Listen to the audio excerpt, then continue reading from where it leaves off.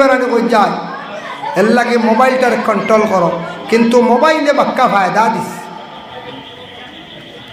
মোবাইলে বাক্কা ফায়দা দিছে। আমরা মা বোন যারা আসুন ইউটিউব কিছু সার্চ করেন, সালাইন নিনারা সালাইন মা বোন হলে ইউটিউব সালাইন বালা বালা খানিগুলা বানাই দেখছ বাপ রিতা যা খানি জীবনে ওইটা দেখছি না ওলা। মাঝে মাঝে দেখবাই আনকমন খানি মা বোন হলে বানাইছো, এরপরে ওটা মা বোন হলের বাসে চেলি দি বাড়ি বুঝাইছে। হ্যাঁ অত খানি বানাই বুঝা আমার অত কষ্ট করো এক গুড়ে যাবা মাড্ডা খালি আইত্রা খালি মারো দেন কোন চাই ফরর মেঘ গড়া আনিয়া খালি মাড্ডা। তো রোজা মাস বা এমনিও দেখবা ইউটিউবও দেখি দেখি অনেক জিনিস আমরা মা বোন হলে বানানি শিখছন, যেটা খাইতে হইলে আপনার আমার কোনো দিন বহুত তপস্যা করে পাইছি না কোন চাই জি না। কিছু ইয়ং বাইয়ান ইউটিউব সার্চ করক এক সাইটে মণিপুর বর্ডার পড়ছে, মণিপুর সাইটে এটা খুব জঙ্গলমুখা জায়গায় গেছিলাম, গিয়ালে দেখি ইনুর প্রথম মেহমানদারি হইল তেল আর পানি দিয়া বুঝাইছেন, তেলের বোতল দিছেন পানি দিছেন। আমি করি তা ফড়িতাম নি নাকিতাম বাদে লগরে উঠে বলে না না আমরা এই সাইডে রওয়াজ হইল আপনি হেরান নিয়ে আইসন ফয়লা হাতে পাবে খালি তেল মাখিতা কথা শুন বুঝাইছে। আমি নিজে স্টেঞ্জ হয়ে গেছি গিয়া বইরি ইতা কিতাব। বুখারী শরীফের মধ্যে প্রথম একটি হাদিস আনছেন, ইন্না রাজুলান সাআলা রাসূলুল্লাহি সাল্লাল্লাহু আলাইহি ওয়াসাল্লাম, একজন ব্যক্তি আল্লাহর রাসূলকে প্রশ্ন করল, ইয়া রাসূলুল্লাহ কালা ইন্নী উহিব্বু হাযিহি সূরাতা আইয়ুল ইসলামি খায়রুন, ইয়া রাসূলুল্লাহ ইসলামের মধ্যে সবচাইতে ভালো কোন জিনিস? আল্লাহর রাসূল ফরমান কালা তুতিউমুত তাআম, মাংসরে খাবাও, মাংসরে খাবানি ওদের শিরনি করছো বা এমনিও দাওয়াত করিয়া নিছ, আপনার বাড়ির দাওয়াত খাওয়াইছো, বাইরা মেহমান আসছো, ও যে খাওয়ানি যেটা এটা মেহমানদারি করার নবীজির সুন্নত, মাংসরে খাওয়ানি এটা হইল ইসলামের মধ্যে বালা খাব। এর লাগে খাবার কাপ যা পারেন খাবার কা চাও বালা শরবত বালা যে কোনো জিনিস কোনো মাংসরে খাওয়াইন। নবীজি ফরমাইন মাংসরে খাওয়াইলে কমতো নাই, তোমার বরংস রিজেক আল্লাহ বাড়াইয়া দিব, রিজেক আল্লাহ কুশাদা করবো। এর লাগে যতটুক পারো তুমি তার মাংসরে খাওয়াইবার চেষ্টা করি। মোবাইল কন্ট্রোল করক্কা, মোবাইল একগুড়ে চালাইন নানি খুব বেশি, যারা ফন্ডসে খাবার দেয় না একগুড়ে আসেন না নিলা জয় জয় ফন্ডসে বিয়ে হয় না আরও কিনা লাগে এমনি বাপরে বাপ এরা কয় ঘন্টা মোবাইল চালায় আল্লাহ জানো। এই বয়সও যদি ইলা মোবাইল অধিক চালাইন, যদি মোবাইল আপনি আপনার চোখ যাইব, বেশি চোখ দি দেখবা চকুত ক্ষতি করব। খানো আর একটা লাগাই না দুইও খানো ইগুন লাগাইয়া রাস্তা বা দেখবা এক গুড়ে আটিতরা গাড়ি হরন দিলে শুনুন না, এরা এক কানও লাগাও এক কান খোলা রাখো, খেয়া যে উড়ে উঠি যাব বুঝতে হইতা না। হ্যাঁ ইলা যদি অধিক মোবাইল চালাইন খান যায়, যদি কম বয়স বেশি কম বয়স যদি বিবাহর আগে খান যায় কি খেয়ে কোনো বালা মেয়ে দিব নি কোন যায় দিত না কবে এই বেটা খাল লুয়া খানে শুরু না মানুষে বাঁচিলি বেড়ানি কই যায়। এর লাগে মোবাইলটার কন্ট্রোল করো। কিন্তু মোবাইলে বাক্কা ফায়দা দিস, মোবাইলে বাক্কা ফায়দা দিছে। আমরা মা বোন যারা আসুন ইউটিউব কিছু সার্চ করেন, সালাইন নিনারা সালাইন মা বোন হলে ইউটিউব সালাইন বালা বালা খানিগুলা বানাই দেখছ বাপ রিতা যা খানি জীবনে ওইটা দেখছি না ওলা। মাঝে মাঝে দেখবাই আনকমন খানি মা বোন হলে বানাইছো, এরপরে ওটা মা বোন হলের বাসে চেলি দি বাড়ি বুঝাইছে।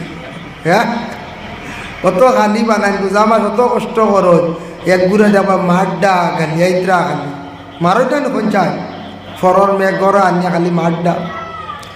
তো রোজা মাস বা এমনিও দেখবা ইউটিউবও দেখি দেখি অনেক জিনিস আমরা মা বোন হলে বানানি শিখছন, যেটা খাইতে হইলে আপনার আমার কোনো দিন বহুত তপস্যা করে পাইছি না কোন চাই জি না।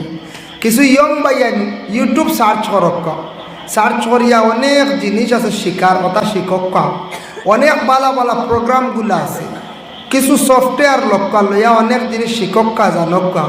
ইটা না আমরা খালি খাট্টুসার খটাই দিয়ে ব্যস্ত হয়ে পড়ি বুঝতে পারছি। হয় ও তার লইয়া আমরা দেবা বাইয়ান একগুলো ব্যস্ত মনে হয় আমার, কারণ কি তাহলে জানেননি আমি দেখি ওটা ওয়াজ ওটা ছাড়ার পরে 3,000 4,000 মানুষে দেখো, আর হাট্টুশালি ছাড়ি আনলেও 1.5 লাখ যায়, বুঝতে 2 লাখে দেখিলেন এক ছবি। ও তার নিয়ে আমরা ব্যস্ত বেশিরভাগ। তা যোগ সময় বালা বালা ইউটিউবে সার্চ করিয়া পণ্ডিত হলে বালা বালা জিনিসগুলা দিছন, বালা জ্ঞানী ব্যক্তি হলর আপনার বক্তব্যগুলা শুনুন, জ্ঞান বাড়িব, নলেজ বাড়িব। বালা বালা দেখবা প্রোগ্রামগুলা চাই, বালা বালা অফিসারের কিতাব হইস, বালা বালা আপনার দেখবা গায়ক হকলে এক একটা গানের অর্থ হইস, ওটা শিক্ষকা ওটা দেখকা বুঝো আইব। কোরআন শরীফ ভুল আছে, গলত আছে, তিলাবত শুনন, শুদ্ধ করন, জীবনে ফায়দা হইব, জীবন উন্নত হইব, জীবন পরিবর্তন আইব। এই বেহুদা আমরার দেশে এখন একগুড়ে বড় বেহায়ামি খাম আরম্ভ করছেন। স্বামী আর স্ত্রীয়ে দেখবায় কিতা ফেসবুকে ছাড়া আরম্ভ করছেন, বিউজ বাইতা করি। ইটা দেখছেন নি মাঝে মাঝে? জিও স্বামীয়ে কিতা স্ত্রীরে কইতা, স্ত্রীয়ে কিতা স্বামীরে কইতরা, আর ও 2জনে ডং করিয়া 10 মিনিটের একটু ছাড়িয়া দিলাইলা। ও বিউজ বাইতা করিয়া গরর বিবিরে ময়দানর নেটও ছাড়ি দিছে। হ্যাঁ, হায় হায় কি পর্যায়ে গিয়া পৌঁছিছি আমরা ভূত বাইতরা। গরর বিবিরে গর স্ত্রীরে হাওয়াত ছাড়িয়া দিলাইছে, বিউজ বাইতা করি, নেট চালাইতা করি, আর কোনো লাইনে রুজি করিলাও না বা গরর এই বিবি ময়দান বার করবা কাম কিতা। ওটা কিছু আমরা দেশ বেমারে দেখা দিছি, ইটা ছাড়তাম। মোবাইলে আমরা খুব ক্ষতি করেনি না করছে, ক্ষতি করেন, কিন্তু মোবাইলটা অ্যাকচুয়ালি বালা, কত ফায়দা, কত উন্নত। তো আমরা দাওয়াত পাই জীবনে আই গেছি, যোগাযোগ করছি, আই কত উন্নত না করতে বালা, কিন্তু বালা লাইনে ব্যবহার করক জীবনে ফায়দা মন্ত্রী। ভাই মুসলমান লক্ষ্য করেন, তারা মাজিন নেকেরা আমরা দেশের রেওয়াজ হইল খেয়রের বাড়িতে গেলে ফয়লাও দেই জল, তারপরে শরবত, না 2টাও দিলাম, 3 নম্বরে কমপ্লেক্স বা ম্যাগি, সেমাই, চাউমিন ওটাও আমরা দিই। আমরা দেশ ফলমূলও দিই, এটা আমরা দেশের রেওয়াজ। এটাও একটা মেহমানদারি, মানুষের যদি তাও খাবাইয়া দেন, এটা একটা মেহমানদারি। এই মেহমানদারিটা করা সুন্নত। কিছু কিছু জায়গাত আছে আপনার ফলমূল দিয়ে বেশিরভাগ মেহমানদারি করেন। আপনি যাই উত্তরপ্রদেশ, দিল্লি, তাত গেলে বেশি ফলমূল দেন, বেশি ফলমূল দিয়ে মেহমানদারি করেন, মেহমানদারি করা সুন্নত। আমি এক জায়গাত গেছিলাম, ও আসামর এক সাইটে মণিপুর বর্ডার পড়ছে, মণিপুর সাইটে, এটা খুব জঙ্গলমুখা জায়গায়, এক জায়গাত গেছিলাম। গিয়ালে দেখি ইনুর প্রথম মেহমানদারি হইল যে তেল আর পানি দিয়া, বুঝাইছেন? তেলের বোতল দিছেন, পানি দিছেন। আমি বলি তা ফড়িতাম নি না কিতা বাদে লগরে উঠে বলে না না, আমরা এই সাইডে রওয়াজ হইল, আপনি হেরান নিয়ে আইসন, ফয়লা হাতে পাবে খালি তেল মাখিতা কথা শুন, বুঝাইছেন? আমি নিজে স্টেঞ্জ হয়ে গেছি গিয়া, বলি ইটা কিতা আনলো। ও বাদে আমি হাসাও দিছি, ভাব তেল কথা শুন, কইলাম যেহেতু আনিয়া দিছেন, ফয়লাও তেলের শিশি আর বোতল দিছেন, মিঠা তেল, কত সময় আসাও ভাব দিছি, হাতও দিছি, বাক্কা আরাম লাগছে দিলে। কোনো সময় বাক্কা আরাম মিলে জার্নি করে গেলে, বা কোনো দিন রাত ঘুম লাগে না, ভাত তোলা তেল দিলে দেখুন জানি ভাত বাক্কা মানুষের ঘুম জলদি লাগে। হাসা উইনুর দেখলাম বাবা তেল আর পানি দিয়ে খালি ভাত মাখিতে, খালি আত মাখিতে। ও বেশ দূরে না আসা আমার এক সাইডে এক বর্ডার, ও এক এক সাইডে এক একটা। ও যে কোনো জিনিস দিয়া মেহমান নেওয়াজি করা হইল গে সুন্নত। নবীজি কইছেন কালা তুতিমুত তুআম, মানুষরে তুমি তান খাওয়াও, যা পারো খাবাইও, এটা ইসলামের মধ্যে বালা খাব, এটা স্নেহ মমতা বাড়ে, মায়া মহব্বত বাড়ে। ও তাকরাউ সালাম, এক অন্যরে তুমি তান সালাম দিও, এক অন্যরে তুমি তান সালাম দিও। পরিচয় পাও কিবা তো না পাও, আলা মান আরাফতা ওয়া মান লাম তারিফ, পরিচয় পাও কিংবা তো না পাও, তুমি তান সালাম দিতে থাকিও। সালাম দিলে মহব্বত বাড়ে, হিংসা বিদ্বেষ দূর হইয়া থাকে। এর জন্য আল্লাহর বন্দেগান সালাম দেওয়ার জীবনে চেষ্টা করো। সালাম তো আমরা অবশ্যই দেই না, না দেই সালাম, কিন্তু দিতে সময় গিয়া বড় ছোটরে ফারন, ছোটে বড়রে দিতা সালাম অসুবিধা নাই, কিন্তু সম্মানার্থে ছোটে বড়রে সালাম আগে দেখবা। যেই আগে সালাম দিবা সালাম করে পড়বা না, যত আগে সালাম দিয়া যাইবা তত আপনার ফায়দা। সালাম আগে দিলে, বেশি সালাম করলে সম্মান মর্যাদা আল্লাহ জমিনের মধ্যে বাড়াইয়া দেন। দেখো আমি একটা হাদিস আপনাদের সম্মুখে আনিয়ার, ইয়া আইয়ুহাল্লাযীনা আমানু লা তাদখুলু বুয়ুতান গায়রা বুয়ুতিকুম। ও আয়াতের ব্যাখ্যাতে একটা হাদিস আনছেন তাফসীরে ইবনে কাসীরের মধ্যে বর্ণনা করছেন রাসূলুল্লাহ সাল্লাল্লাহু আলাইহি ওয়াসাল্লাম একদিন সাআদ ইবনে উবাদা নামে এক সাহাবীর বাড়ির মধ্যে তশরিফ নিলাম। গিয়া পৌঁছে তাই সালাম দিছন, ইজাজত চাইছন, আসসালামু আলাইকুম, আসসালামু আলাইকুম। সালাম দেও গফ করেন না জানি আপনারা বেশ। সালাম দিছন, সালাম দেওয়ার লগে লগে দুইটা সালাম দিছন, কিন্তু এই গরতে কোনো জবাব আইছে না। কিন্তু সাআদ ইবনে উবাদা সালাম কিন্তু শুনছন, তাই জবাব দিছন না। জবাব আসতে দিছন, জোরে দিছন না। রাসূলুল্লাহ ঘুরিয়া যাইত্রা গিয়া আব্দে কয়েস নামে একজন ব্যক্তি বাইর হইছেন ঘর থাকি। বাইরিয়া উঠিয়া কইলা, ও সাআদ ইবনে উবাদা, তুমি নবীজি সালাম দিলা তোমার বাড়িতে আসিয়া, তার সালামের জবাব তুমি দিলাই না, না দিয়া তুমি ঘুরিয়া যাইত্রা গিয়ে, তার কারণটা কি খোসাই? ও সময় সাআদ ইবনে উবাদা এখন আব্দে কয়েস, তুমি মুখ বন্ধ করো, মাতিও না, আমি তোমারে কইয়ার কোন কারণে আমি সালাম দিছি না। নবীজির ঘরের মধ্যে আনছো, নানার পরে কইলা, ইয়া রাসূলুল্লাহ, আপনি ঘরে আসক্কা, আপনি আমার সালাম দিছেন বাড়ির দুইবার, আমি সালাম শুনছি, আমি অপেক্ষা করিয়া আমার নবী যেন বাড়ির দুইবার সালাম দিছেন, মনে করিয়ার দুইটা রহমত নাজিল হইছে। আমার নবী আর একটা সালাম দিলে আমার বাড়ির মধ্যে আরেকবার রহমত নাজিল হইত। বুঝবাইছেন?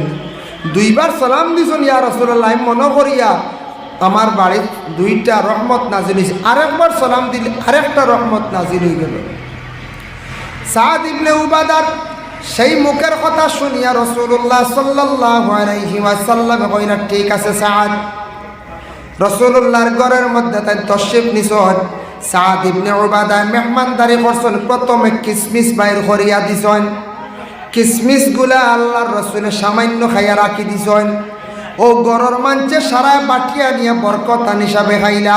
হঠাৎ তাকি দলিল হইল বলে, বিশেষ করিয়া হঠাৎ তাকি দলিল, আমরার কোনো চা বকলে বুজুর্গ হলে খাজুর আপেল আঙ্গুর খাইয়া তোয়ার পরে আমরা সারায় বরকতান হিসাবে আমরা বাটিয়া খাই। খাই না নিব যাই কথা খাই জানি, এতে মুকুর গুয়া উড়ি খাই না দেখছি খেওয়া আসলে একবারে ফিকু খাওয়া ধরছে দেখছি, বেশ বক্ত হয়ে গেল আপনার ক্ষতি করবো যে জিনিসে।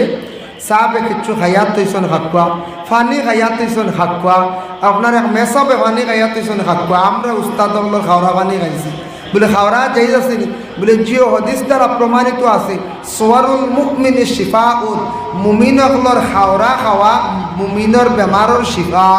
হকা সুবহানাল্লাহ।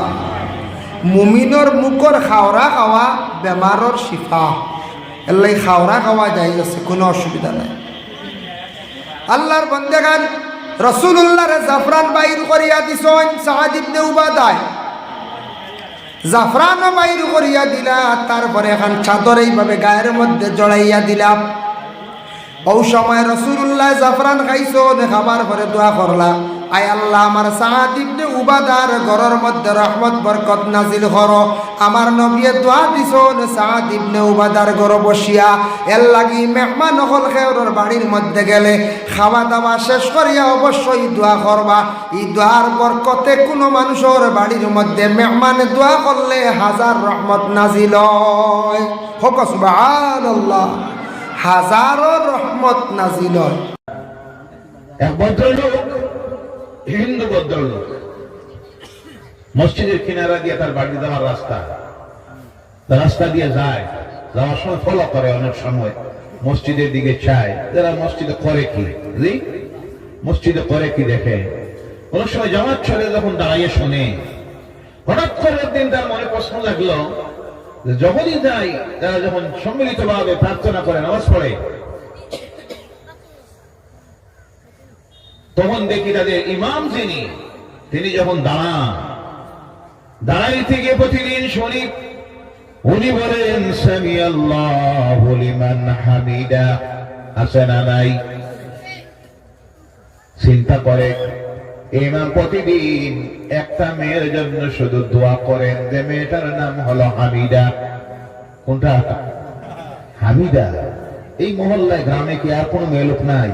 অনেক তো আছে, ফাতেমা আছে, জোহরা আছে, কুলসুম আছে, আয়েশা আছে, বিভিন্ন আছে। ইমাম সাহেব শুনে প্রত্যেক দিন যখন আমি যাই দেখি, তাহলে হামিদার জন্য দোয়া করে। ব্যাপারটা কি? হামিদা নামের মহিলাটা কিন্তু ভালো, ইমাম সাহেব দোয়া করেন। সিদ্ধান্ত নিল, আমার বাড়ির কিনারায় 4 জন মুসলমান ভদ্রলোক আছে যে নামাজ পড়ে। কে করে? নামাজ পড়ে। গিয়েছে এর কাছে, গিয়ে জিজ্ঞাসা করলো, ভাই একটা জিনিস বুঝতে পারি না, তোমাদের মসজিদের ইমাম সাহেব প্রতিদিন যখন নামাজ পড়ায় শুধু একটা মেয়ের জন্য দোয়া করে, যে মেয়েটার নাম হলো হামিদা। আমি অনেক সময় দাঁড়াইয়া দেখি ইমাম সাহেব শুধু বলে সামি আল্লাহু লিমান হামিদা। ব্যাপারটা কি? ওই নামাজি তখন বলল, ঠিক তো, তুমি যা বলছো আমিও তা দেখি। ইমাম সাহেব প্রতিদিন আর কারোর জন্য দোয়া করে না, শুধু একটা মেয়ের জন্য দোয়া করে, সেটা হলো সামি আল্লাহু লিমান হামিদা। ঠিক আছে, আজকে আমিও যাবো, গিয়ে ইমামকে জিজ্ঞাসা করবো। মসজিদে গেছে, জীবনে ইমাম সাহেব রাগ করবেন না, একটা কথা আপনাকে জিজ্ঞাসা করবো। আজ 25 বছর থেকে আমি নামাজ পড়ি, নামাজে যখন আই দেখি আপনি শুধু একটা মেয়ের জন্য দোয়া করেন, আর কারোর জন্য দোয়া করেন না। ইমাম সাহেব বলেন, কার জন্য? আপনি প্রত্যেক দিন শুধু বলেন সামি আল্লাহু লিমান হামিদা, আর কেউ নাই। ইমাম সাহেব চিন্তায় পড়লেন, এই লোকটারে কি দিয়ে বোঝাই?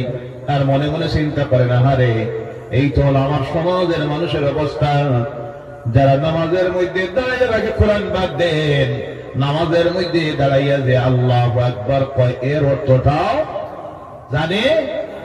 সামি আল্লাহু লিমান হামিদা বলে, এটার অর্থ জানে না। সুবহান রাব্বিয়াল আলা বলে, এটা বুঝে না। সুবহান রাব্বিয়াল আযীম বলে, 40 বছর থেকে নামাজ পড়তেছে, এর অর্থ জানে না। সূরা ফাতিহা তো দূরের কথা। এই যদি হয়, একজন নামাজের অবস্থা দেখেন, ইমাম এসে জিজ্ঞাসা করতেছে, একটা মেয়ের জন্য কেন দোয়া করেন? মানে নামাজে সে যে দাঁড়াইয়া যা করে নিজেও তা জানে না, এর কারণে নামাজের সংখ্যা বাড়তেছে, নামাজ চলতেছে। এই নামাজ আমার সমাজের মানুষের চরিত্রের উপর আসর করে না, বুঝে না জানে পড়তেছি। মুসলমানকে আল্লাহর কালাম কোরআনুল কারীম যেন তিলাওয়াত করা তৌফিক দে। সকলে বলেন আল্লাহুম্মা আমিন।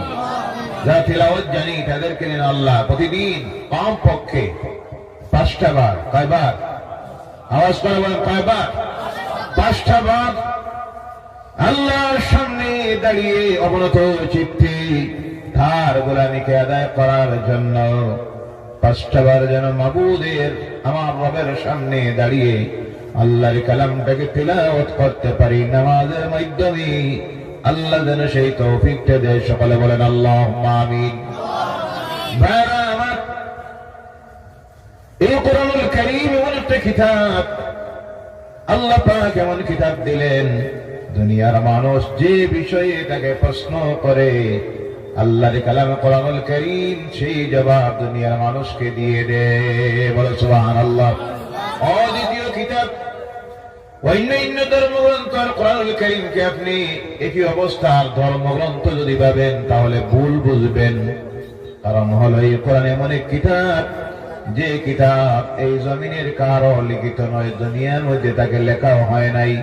অন্যান্য সমস্ত ধর্মগ্রন্থগুলি এই দুনিয়ার মানুষ তারা নিজে নিজে লিখেছে, কিন্তু আল্লাহর কালাম কোরআনুল কারীম দুনিয়ার কেউ লিখে নাই। এই পৃথিবীর সৃষ্টির আগে আল্লাহর কালাম কোরআন লিখিত হয়ে গেছে। বলে সুবহানাল্লাহ।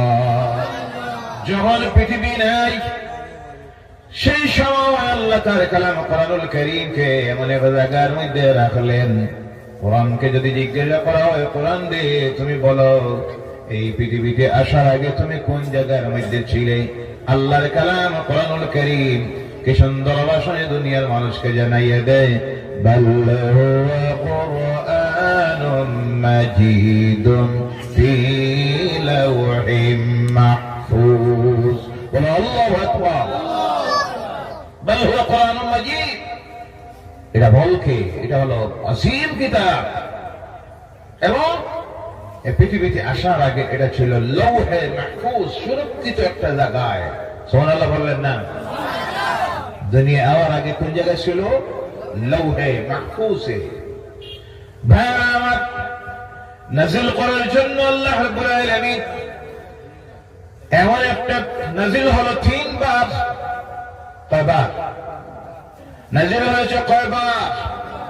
এক নম্বরে আল্লাহ রাব্বুল আলামিন এই কোরআনুল কারীমকে লৌহে মাহফুজ থেকে নাযিল করলেন দুনিয়ার উপরের আকাশে। কোন আকাশ? কথা বলেন, কোন আকাশ? আকাশ কয়টা জানা নাই? 7টা। কয়টা? আধুনিক বিজ্ঞান এখন পর্যন্ত আকাশ কয়টা সেই কথা বাহির করতে পারে নাই। আকাশের কি কোনো দরজা আছে? তাও বাহির করতে পারে নাই। সেই কথা বলে দিতে পারে ইসলাম, সেই কথা বলে দিতে পারে আল্লাহর কালাম কোরআনুল কারীম। কারণ এই কোরআন যার কালাম, তিনি তো বানাইয়াছেন আসমান। বলে সুবহানাল্লাহ। এর জন্য যেখানে যা কিছু আছে তিনি যেটা যেইভাবে সৃষ্টি করেছেন সেটা বলার জানার ক্ষমতা যার আছে তিনি হলেন আল্লাহ সুবহানাহু ওয়া তাআলা। এর জন্য আল্লাহ বলছেন, দুনিয়ার মানুষ শোনো, আকাশ কয়টা আমি বানাইলাম। আল্লাহ রাব্বুল আলামিন বলছেন, আল্লাযী খালাকা সাবআ সামাওয়াতিন তিবাকা। বলো আল্লাহু আকবার।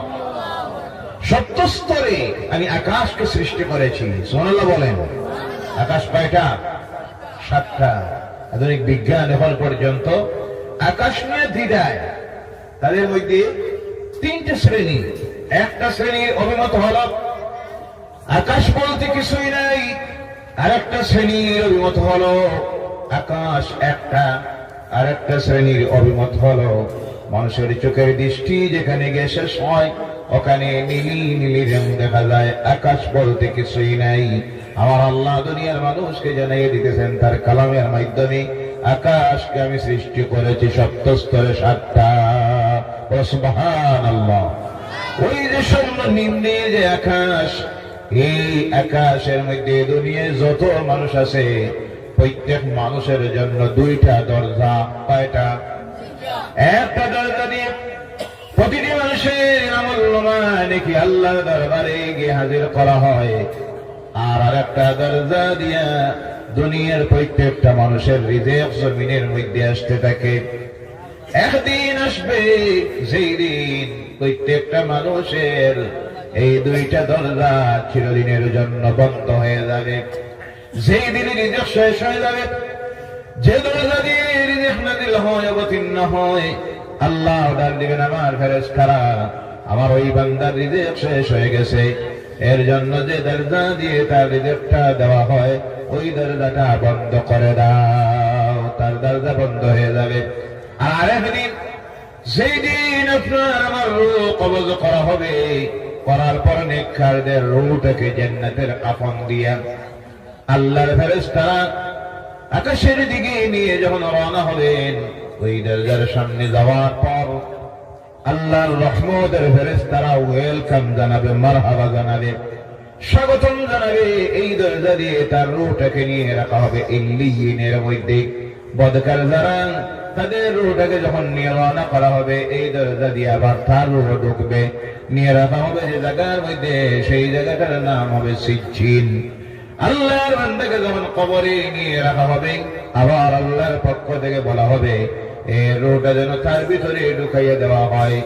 নেককারদের রূহ ইল্লিন থেকে তার বডির মধ্যে ঢুকাইয়া দেওয়া হবে, আর বরকাতদের রূহ সিজ্জিন থেকে তার বডির মধ্যে যেমনি ঢুকাইয়া দেওয়া হবে। তার জন্য সেই দরজাটা বন্ধ হয়ে যাবে, আমলের দরজাটা বন্ধ হয়ে যাবে। তার আমল আর আল্লাহর দরবারে দেওয়ার প্রয়োজন হবে না। এই যে দেওয়া হলো বডির মধ্যে ঢুকাইয়া, নেককার যদি হয় এই জান্নাত তার কবর, তার জান্নাতের টুকরা হয়ে যাবে। বলেন সুবহানাল্লাহ। বদকার যদি হয় কবর হয়ে যাবে তার জন্য জাহান্নামের টুকরা। ওই জাহান্নামের আযাব আরম্ভ হলো তা কিয়ামত পর্যন্ত। এরপরে কিয়ামত, মিজান, হিসাব, ফুলসিরাত, নাজাত, জান্নাত, আর না হয় জাহান্নাম। এই হলো 2টা দরজা। কয়টা? ভাইরা আমার, এই আকাশ জমিনের উপরের যে আকাশ, প্রথম লৌহে মাহফুজ থেকে কোরআনুল কারীম আসলো দুনিয়ার উপরের আকাশে, ওখান থেকে পৃথিবীতে দেওয়ার জন্য আল্লাহ পাক এর আগে ফিল্ডটাকে তৈরি করার জন্য পাঠাইলেন 23,999 জন নবী। বলে সুবহানাল্লাহ। মতান্তরে 2 লক্ষ। সর্বশেষ আল্লাহ যখন দেখলেন কোরআন দেওয়ার সময় হয়ে গেছে, সেই সময় আল্লাহ যাকে জমিনের মধ্যে প্রেরণ করলেন সর্বশেষ নবী হিসাবে, তিনি হলেন আপনার আমার নবী জনাবে মুহাম্মদুর রাসূলুল্লাহ সাল্লাল্লাহু আলাইহি ওয়াসাল্লামকে আল্লাহ জমিনে দিলেন। আর দেওয়ার পর সার কালাম কোরআন জমিনে আল্লাহ নাযিল করবেন। আল্লাহ দেখলেন আমার কোরআন হলো সম্মানী, আমার নবী মুহাম্মদুর রাসূলুল্লাহ হলেন সম্মানী নবী। এর জন্য এই কোরআনটাকে দিতে গিয়ে আল্লাহ এমন একটা মাসকে সিলেকশন দিলেন, যেই মাসটা 12টা মাসের মধ্যে সবচেয়ে সম্মানিত মাস, যেই মাসের নাম হলো রমজানুল মুবারকের মাস। বলো সুবহানাল্লাহ। যার জন্য আল্লাহ বলছেন বিসমিল্লাহির রহমানির রহিম শাহরু রমাদানাল্লাযী উনজিলা ফীহিল কুরআন। বলো আল্লাহু আকবার। 12 মাসের মধ্যে কোন মাস সবচেয়ে সম্মানী? জি, আওয়াজ করে কথা বলেন, কোন মাস? রমজানুল মুবারকের মাস। এজন্য আল্লাহ সিলেকশন দিলেন কোরআনকে পাঠানোর জন্য রমজানের মাস।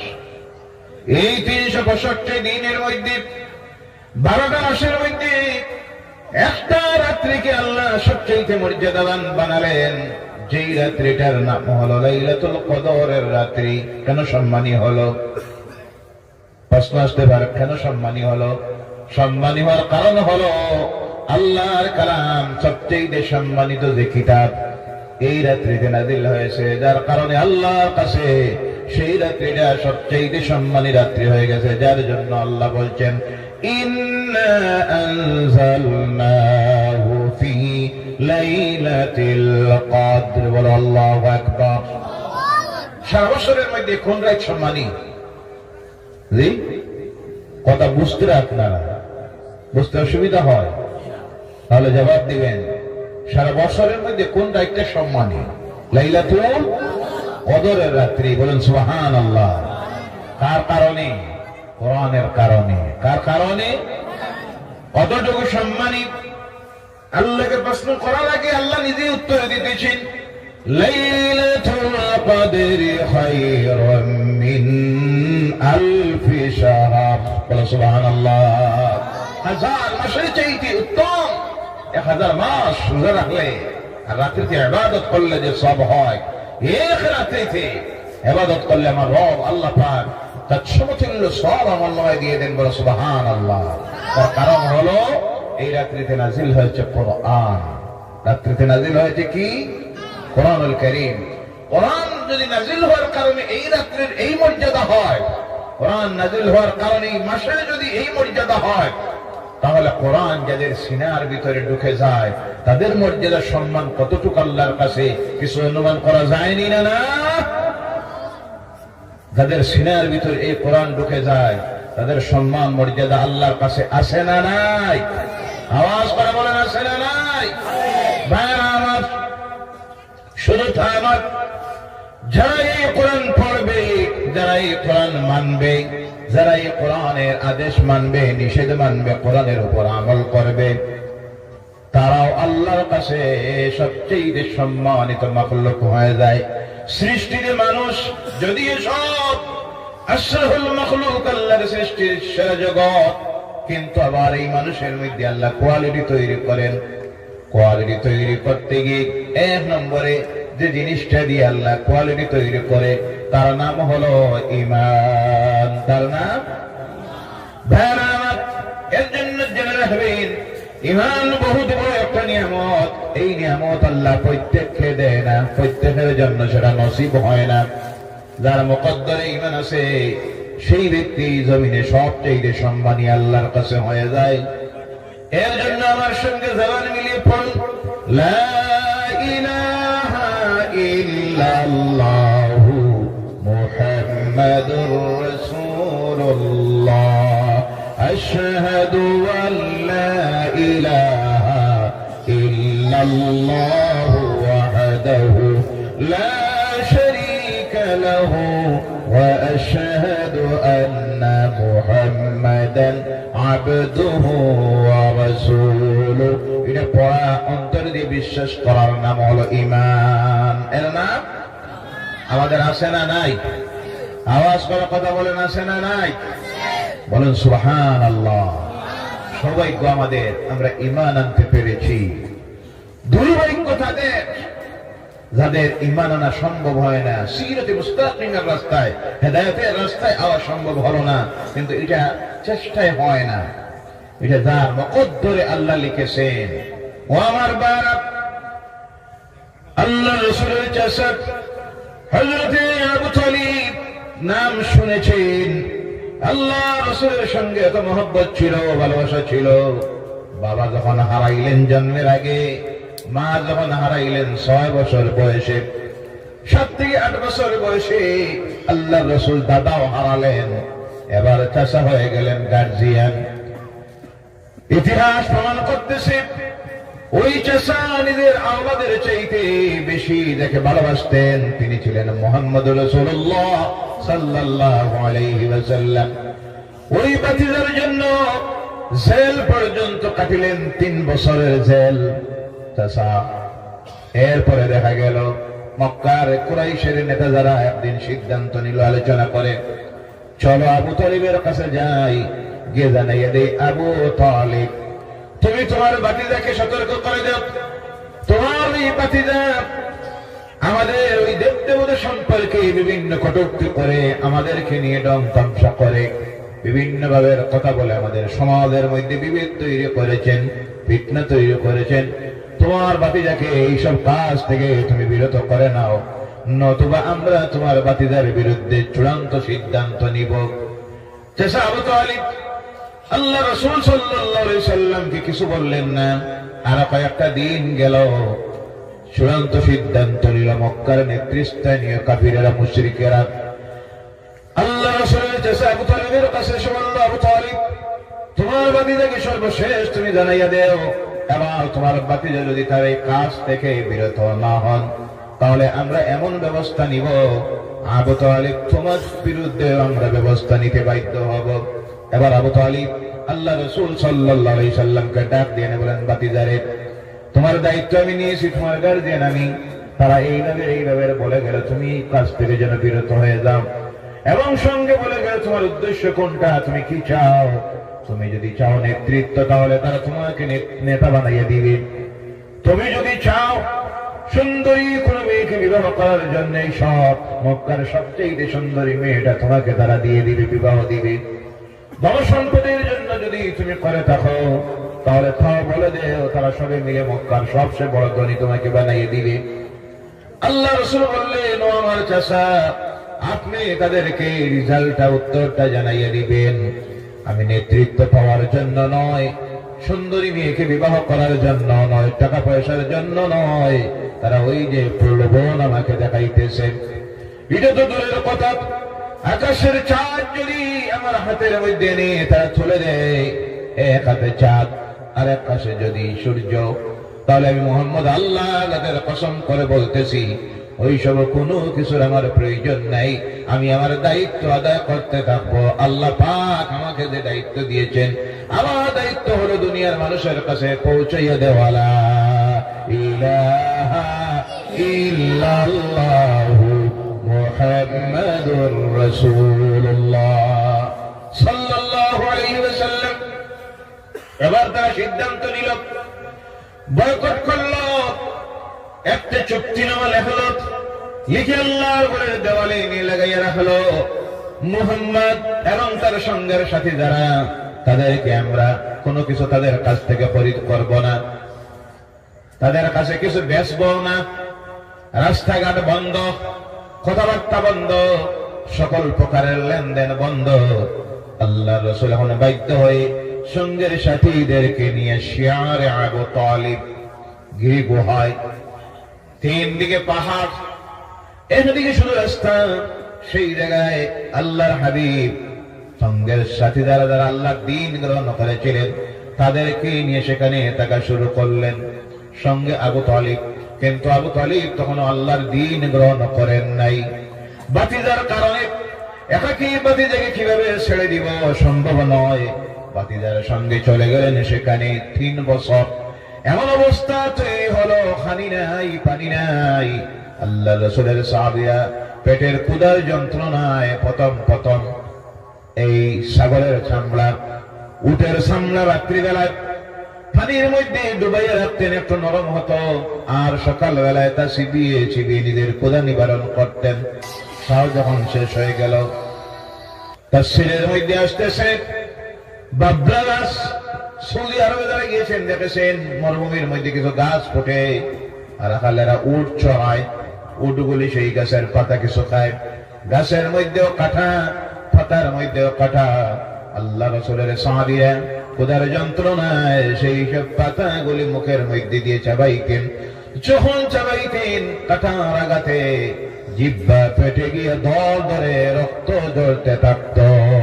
সুবহানাল্লাহ। তখন সঙ্গে আবু তালিব। যাই হোক, এরপরে 3 বছর পূর্ণ হলো। আল্লাহ রাসূল বলেন, চাচা আপনি তাদেরকে গিয়ে বলুন, তার আমাদেরকে বয়কট করতে গিয়া যে চুক্তি নেওয়াটা, আবেদনপত্র, বিজ্ঞপ্তি আল্লাহর ঘরে লাগাইয়া রাখা ছিল, তাদের সেই কাগজটা নষ্ট হয়ে গেছে। উলু পোকা, ওই পোকা খেয়ে নষ্ট করে দিয়েছে, শুধু 2টা নাম ব্যতীত। বলেন সুবহানাল্লাহ। কয়টা নাম? কয়টা নাম? একটা হলো আল্লাহর নাম, আর একটা হলো তার রাসূলের নাম। বলেন সুবহানাল্লাহ। আল্লাহ প্রমাণ দিল, যতদিন এই পৃথিবী আছে ততদিন আল্লাহর নাম থাকবে। বলে সুবহানাল্লাহ। যতদিন এই পৃথিবী আছে আল্লাহর নাম থাকবে, সঙ্গে তার রাসূলের নাম থাকবে। দুনিয়ার কেউ মিটাইয়ে দেওয়া সম্ভব হবে? ও আমার ভাইরা, এবার আল্লাহ রাসূল সাল্লাল্লাহু আলাইহি সাল্লামের চাচা জানাইয়ে দিলেন তাদেরকে, তোমাদের ওই যে বিজ্ঞপ্তি যেটা, এটা নষ্ট হয়ে গেছে। অনুগ্রহ করে তোমরা এই মানুষগুলিকে জেলের ভিতরে যাদেরকে ঢুকিয়ে রেখেছো তাদেরকে বাহির করে দাও। এবার তারা বাহির করে দিল। দিন যায়, মাস যায়, কাল যায়। এই চাচার সঙ্গে আল্লাহ রাসূল 2 বার ব্যবসা করলেন সিরিয়ায়। এই চাচা জীবনের শেষ সময় এসে হাজির হলো। আল্লাহ রাসূল চাচার কিনারার মধ্যে বসে কান্দেন, চোখের পানি ছেড়ে দেন, আর মনে মনে ভাবেন এই চাচা আমার জন্য কত কিছু করলেন, জেল পর্যন্ত কাটলেন, জীবনের সমস্ত সময়গুলি আমার জন্য কাটাইয়া দিলেন। নিজের আওলাদের চাইতে বেশি আমাকে মহব্বত করতেন, ভালোবাসতেন। কিন্তু এই চাচার দুর্ভাগ্য, আমার ওই চাচাটা ঈমান আনা সম্ভব হলো। এবার চাচার কিনারায় গিয়ে বসে বলেন, ও চাচা, একটাবার আপনি শুধু বলেন লা ইলাহা ইল্লাল্লাহু মুহাম্মাদুর রাসূলুল্লাহ, তাহলে আপনার বাতিজা আমি মুহাম্মদ আল্লাহর নবী হয়ে আল্লাহর জাতের কসম করে বলতেছি, কিয়ামতের দিন চাচা আপনার আমার গলায় গামছা লাগাইয়া আমার সঙ্গে আপনাকে আল্লাহর জান্নাতের মধ্যে নিয়ে যাব। সুবহানাল্লাহ। দুর্ভাগ্য, ওই যে আগে বলেছি, ঈমান আনা সকলের দ্বারা নসিব হয়। মুকদ্দরে যার আছে ঈমান, আল্লাহ তাকে হেদায়েতের রাস্তায়, সিরাতে মুস্তাকিমের রাস্তায় আনে। বলুন সুবহানাল্লাহ। একেবারে শেষ সময় আল্লাহ রাসূল চাচাকে যখন ইজরাত করে, চাচা তখন বলে, বাতিজারে, বাপ-দাদার ধর্ম ত্যাগ করা সম্ভব হবে না। বলো নাউযুবিল্লাহ। বাপ-দাদার ধর্ম বলতে তারা বুঝত নিজ হাতের তৈরি দেব দেবতার পূজা করা, স্রষ্টাকে ভুলে গিয়ে সৃষ্টির মাখলুকের সামনে মাথা নত করা।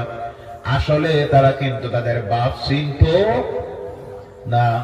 যে মানুষ তার বাপ চিনে না, সে তার আল্লাহ কেমনে চিনব, রব কেমনে চিনব? দুনিয়ার সমস্ত মানুষের বাপ কে জানা নাই? আপনারা সবের বাপ ছিলই না। আপনারা হযরতে সুবহানাল্লাহ। মাদ্রাসায় পড়লে লাভ না লস? স্কুলের ছাত্র যদি বুয়াত্তা খুঁজে গেলে একটা কইতে পারত, মাদ্রাসার ছাত্র হওয়ার কারণে বাপ চিনি। জি, যার কারণে দেখবেন মাদ্রাসায় যারা পড়ে এরা কোনদিন মা বাপ পিটে না, এরা মা বাপ কোনদিন বৃদ্ধাশ্রমে যাওয়া লাগে না, এদের মা বাপ কোন সময় ভিক্ষা করা লাগে না। বলেন সুবহানাল্লাহ।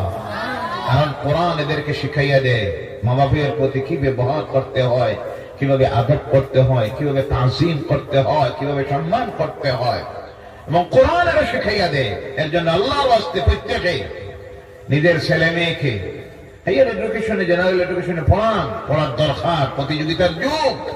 এমএ পাস করুক, বিএ পাস করুক, পিএইচডি করুক, এমফিল করুক, সব পড়ুক, কিন্তু সঙ্গে পড়াইবেন আল্লাহর কালাম কোরআন। রাজি আছেন? আর যদি এই কোরআন না পড়ান, কোরআনের যদি জ্ঞান না দেন, যত শিক্ষিত হোক, এটা হবে শিক্ষিত একটা শয়তান। কথা ঠিক কিনা ভাইরা আমার? এই জন্য বলতেছিলাম, জীবনের শেষ সময় আমার চাচাকে বললেন, ও চাচা, পুরো বাক্যটা বলার দরকার নাই, শুধু বলুন লা ইলাহা ইল্লাল্লাহ। তাহলে কিয়ামতের দিন আমি আল্লাহর কাছে এই সুপারিশটা করতে পারবো, আল্লাহ, আমার চাচা তো যদিও মুহাম্মদ রাসূলুল্লাহ বলেন নাই, কিন্তু তুমি আল্লাহর প্রতি বিশ্বাস স্থাপন করেছেন, এক আল্লাহ স্বীকার করেছেন, আমি তোমার দরবারে সুপারিশ করি, মাবুদ, আমার চাচাকে তুমি নাজাত দিয়ে দাও।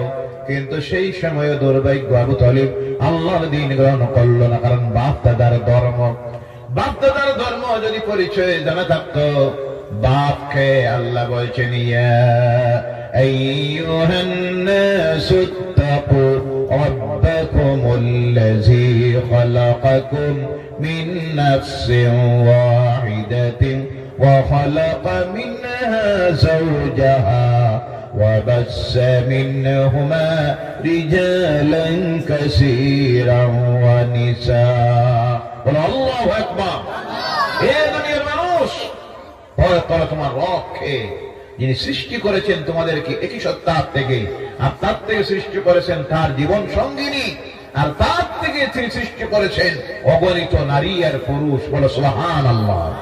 আল্লাহ বুঝাইয়া দিতেছেন, তোমাদেরকে সৃষ্টি করেছি আদম থেকে, তার থেকে সৃষ্টি করেছি তার জীবন সঙ্গিনী হাওয়াকে, আর আদম আর হাওয়া থেকে অগণিত নারী পুরুষকে সৃষ্টি করেছি। অর্থাৎ ও পৃথিবীর মানুষেরা, তোমাদের সকলের মূল বাপ একজন, যার নাম হলো আদম আলাইহিস সালাম। ওই আদম আলাইহিস সালামের ধর্ম ছিল ইসলাম। বলেন সুবহানাল্লাহ। ভাইরা আমার, ঈমান আনা সম্ভব হলো না। আমার বড় উদ্দেশ্য হলো এই কোরআনুল কারীমকে আল্লাহ রাব্বুল আলামিন নাযিল করা শুরু করলেন। করতে গিয়ে এই কোরআন নাযিল হইতে সময় লাগলো 23 বছর। সুবহানাল্লাহ। কত বছর? আওয়াজ করে বলেন, কত বছর? 23 বছর। প্রথম নাযিল হলো লৌহে মাহফুজ থেকে দুনিয়ার উপরের আকাশে। ওখান থেকে সময়ে প্রয়োজনে এক আয়াত, কোন সময় 2 আয়াত, কোন সময় 1 রুকু, কোন সময় 1 সূরা। প্রথম কমপ্লিট সূরা হিসেবে আল্লাহ যে সূরাকে নাযিল করলেন, সেই সূরার নাম হলো সূরা আল ফাতিহা। কোন সূরা? সূরা আল ফাতিহা। এর জন্য কোরআনুল কারীমে আল্লাহ যা আলোচনা করেছেন সমস্ত কিছু ঢুকাইয়ে দিয়েছেন এক সূরার মধ্যে, যেই সূরার নাম হলো সূরা আল ফাতিহা। এর জন্য আল্লাহর বিধান হলো, যারা মুমিন হবে, মুসলমান হবে, তারা রোজ কমপক্ষে 5 বার। কয়বার? আওয়াজ করে বলেন, কয়বার? 5 বার। ফজরের সময় 4 বার, যোহরের সময় 12 বার, শুক্রবার হইলে যোহরের সময় 2 বার। জি ঠিক আছে? বুঝা যা, সব তো বুঝলেন। যোহরের সময় 12 বার, জুম্মাবার হইলে 2 বার, মানে জুম্মার নামাজ 2 রাকাত। আমি কইলাম 2 বার, আপনারা ফিরিস্তা লাগাই বইরিলা, বোঝা গেল না মানু না ফিরিস্তা। কয়বার? শুক্রবারে কয়বার জানা নাই? আপনারা জুম্মা টুম্মা পড়েছো, কয় রাকাত? তাহলে কথা বলেন না কেন? আমি বললাম 2 রাকাত, আপনারা হ্যাঁ কমপক্ষে কত রাকাত? 12 রাকাত। কত রাকাত? 12 রাকাত। পড়েন তো? জি এখন নাই, এখন কমছে, কারণ এখন তো কমা শুরু হয়েছে। থেরাপিও আই গেছে 8 রাকাত। আপনাদের দিকে নাই তো? আগে নেই। আলহামদুলিল্লাহ। বলেন আলহামদুলিল্লাহ। ভাইরা আমার, যোহরের সময় 12 বার, আসরের সময় 8 বার, মাগরিবের সময় 7 বার, এশার নামাজে 12 বার, উইতিরের নামাজে 5 বার, টোটাল 38 বার। কত বার? মুমিন যারা তারা তাদের রব আল্লাহর সামনে দাঁড়িয়ে কোরআনুল কারীমের সূরা হিসেবে প্রথম যে সূরা নাযিল হয়েছিল সেই সূরাকে তিলাওয়াত করতে হয়, এবং তিলাওয়াত করা হলো ফরজ। তিলাওয়াত করা ফরজ। এর মতো বড় দোয়া আল্লাহর জমিনে আর নাই, বলে সুবহানাল্লাহ। এর মতো বড় ঔষধ আল্লাহর জমিনে নাই, বলে সুবহানাল্লাহ। এর জন্য আল্লাহ পাক মুমিন মুসলমান যারা তাদের উপরে রোজ 5 বার এই সূরা তিলাওয়াত করা, তার সামনে দাঁড়াইয়া ফরজ করে দিয়েছেন। ও আমার ভাইরা, এই কোরআনুল কারীম নাযিল হতে সময় লাগলো 23 বছর। যার কারণে জেনে রাখবেন এই পৃথিবী থেকে আল্লাহর দেওয়া কিতাবগুলি বিদায় হয়ে গেছে, বিদায় হয়ে যাবে, কিন্তু একটা মাত্র ধর্মগ্রন্থ তা কিয়ামত পর্যন্ত আল্লাহর জমিনে টিকে থাকবে। দুনিয়ার কোনো শক্তি মিটানি সম্ভব হবে না, যার নাম হবে ইসলাম, আর যার নাম হলো কোরআন।